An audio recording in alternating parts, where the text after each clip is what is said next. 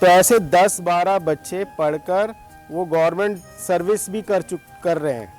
मतलब एक धर्म की जगह है, जो गांव के लोग पूजा पाठ के लिए भी आते हैं और जो बच्चे हैं वो यहाँ पढ़ने के लिए आते हैं। सोच है, जो कोशिश है, वो यहाँ पर जो बाबा जी हैं वो कर रहे हैं। ठीक है, तो उनके लिए एक बार क्लैप कर दो। अच्छा था। मेरा नाम गौतम श्री कृष्ण शर्मा, मैं एमकॉम BHU से किया है। इधर गांव का एक भगत ने मुझे इधर लेके आया। इधर आने के बाद बच्चा को देखा है, 252 बच्चा हमारा गांव और आसपास गांव का बच्चा भी आके पढ़ रहा है। इधर से पढ़ के हायर एजुकेशन करना तो कम से कम 30 किलोमीटर जाना पड़ता है। आसपास गांव में कोचिंग सेंटर और ट्रेनिंग सेंटर और कोई लाइब्रेरी प्राइवेट या गवर्नमेंट का कुछ भी नहीं है। 28 फरवरी को साइंस डे हुआ है, उसका कारण भी अच्छा है। बच्चा लोग को साइंस माने क्या है, ये करने से आगे टाइम में बच्चा लोग एजुकेशन का ब्रेन अच्छा रहेगा। अभी हमारा गांव में भी बच्चा लोग एजुकेशन पर में डेवलप हुआ है। आजकल जो इम्पोर्टेंट है एजुकेशन है। अच्छा ही पढ़ा रहने से उन लोग का ज़िंदगी में अच्छा सफलता होता है। हर बच्चा इधर इंटेलिजेंट है, उनके लिए कुछ सहायता करने से हर एक घर से एक एक बच्चा सरकारी नौकरी जरूर मिलेगा। Girls also very intelligent, very skill education, sports.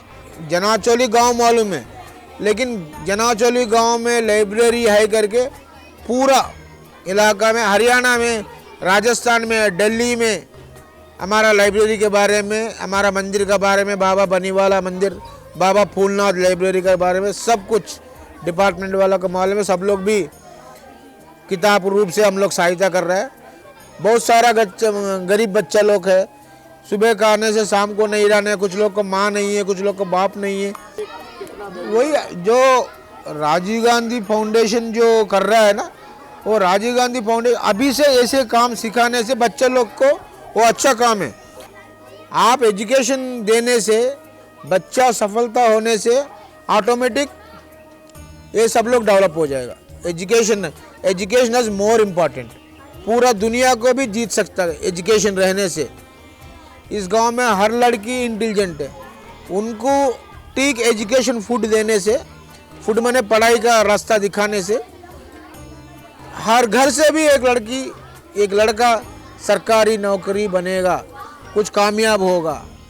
आप मैं अभी आपको ये सोलार सिस्टम के बारे में एक लड़का बोल रहा है। सोलार सिस्टम में एमकॉम किया है, लेकिन what is the present movement and situation, how to connect to sun rising solar system, how to work solar system, I don't know. इतना छोटा उम्र में सोलार सिस्टम में वाटर डेवलपमेंट सिस्टम और लावा का एक बच्चा लावा का बारे में बताया और हार्ट का बारे में बताया। ये सब अभी से उन लोग ये करना मोटिवेशन करने के लिए आप रास्ता दिखाने से बच्चा लोग को अच्छा रहेगा। ये साइंस का डे में ये काम, ये जो साइंस डे सेलिब्रेशन हमारा गांव में रखने भी बहुत अच्छा हो रहा है। तो फिर ये जो फैक्ट्री है, इसका जो सारा कचरा है वो नदी के अंदर जाता है। नदी नहीं करनी चाहिए ना, फैक्ट्री को बंद करना चाहिए, ज़्यादा नहीं चाहिए। फैक्ट्री बंद कर देंगे तो फैक्ट्री में तो बहुत सारी चीजें बनती हैं, कपड़े। पर हमें नदी के अंदर नहीं डालना चाहिए ना वो। हाँ, फिर उसे कहाँ डालते हैं? किसी और जगह। मतलब नदी में नहीं डालना चाहिए। नदी में डालते हैं तो नदी गंदी होती है, फिर हम हमारा पानी का स्रोत भी वहीं से है ना, फिर बीमारी फैलती है। इससे इलेक्ट्रिसिटी बचती है। और क्या कितना खर्चा आया है आपका इसमें? 185। क्या क्या खरीदा? ये कार्डबोर्ड, ग्लू, वायर और बैटरी से बना है, और मोटर और टेप। अच्छा, ये कैसे फंक्शन करता है, कैसे चलता है? ये वाला बटन लाइट का है, हाँ, और ये वाला बटन और एक बटन अच्छा। टेलीस्कोप चलाने का है। मेरा प्रोजेक्ट है सोर्सेस ऑफ वाटर। जैसे नदी जो होती है और तालाब और समुंदर, ये सब गर्मी की वजह से भाप बन जाते हैं। भाप बनकर ये ऊपर जाते हैं छोटे छोटे टुकड़ों में। ये ऊपर जाकर बादल बन जाते हैं। जब बादल भारी हो जाते हैं ये बरस जाते हैं, बारिश हो जाती है, उसे कहते हैं सोर्सेस ऑफ वाटर। मैंने लंग्स बनाया और मैं लंग्स के बारे में आपको कुछ बताना चाहूंगी। Lungs are vital organ in the human body. Lungs are located in the chest. Lungs are responsible for examination और oxygen and carbon dioxide. Carbon dioxide is removed from the oxygen. Thank you. मेरा नाम डॉली है, मैं 7वीं कक्षा की छात्रा हूँ और मैं जनाचौली गांव से हूँ।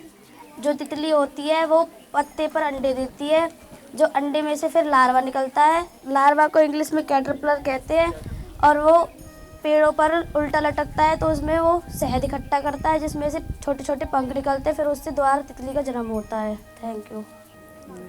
हमने जल प्रदूषण के बारे में देखा। जल प्रदूषण फैक्ट्री और घरों का जो वेस्ट होता है उसे नदियों में फेंक दिया जाता है, जैसे प्लास्टिक, पॉलीथीन वगैरह। फिर ये नदियों से होकर समुद्र में चला जाता है, जिससे समुद्र से वो बाकी नदियों में पहुंच जाता है और जो नदियाँ प्रदूषित नहीं होती हैं उससे वो भी प्रदूषित हो जाती हैं। और जो फैक्ट्रियों से काला धुआं निकलता है उससे एयर पोल्यूशन होता है। Thank you. हमारे गांव का नाम जनाचौली है। हमारा गांव बहुत ही अच्छा है। हमारे गांव पर मंदिर पे पढ़ाई भी की जाती है। यहाँ पर कंप्यूटर सेंटर और लाइब्रेरी भी है। लाइब्रेरी में 6 से 7 हज़ार किताबें भी हैं। मून अर्थ के ओवर कैसे रोटेट करता है उसके बारे में ये सब बताया है। और जो मून है उसकी कोई रोशनी नहीं होती। जब सन उसकी तरफ रिफ्लेक्शन करता है तभी अर्थ पे रोशनी पड़ती है। मैंने एक अर्थ का मॉडल बनाया है जिसका नाम है layers of the earth model. उसमें बताया गया है कि अर्थ की कितने कोर होते हैं। मेरा नाम कनिष्का है, मैं 7वीं कक्षा में पढ़ती हूँ और मेरे स्कूल का नाम कस्तूरबा गांधी बालिका विद्यालय मीतरौल है।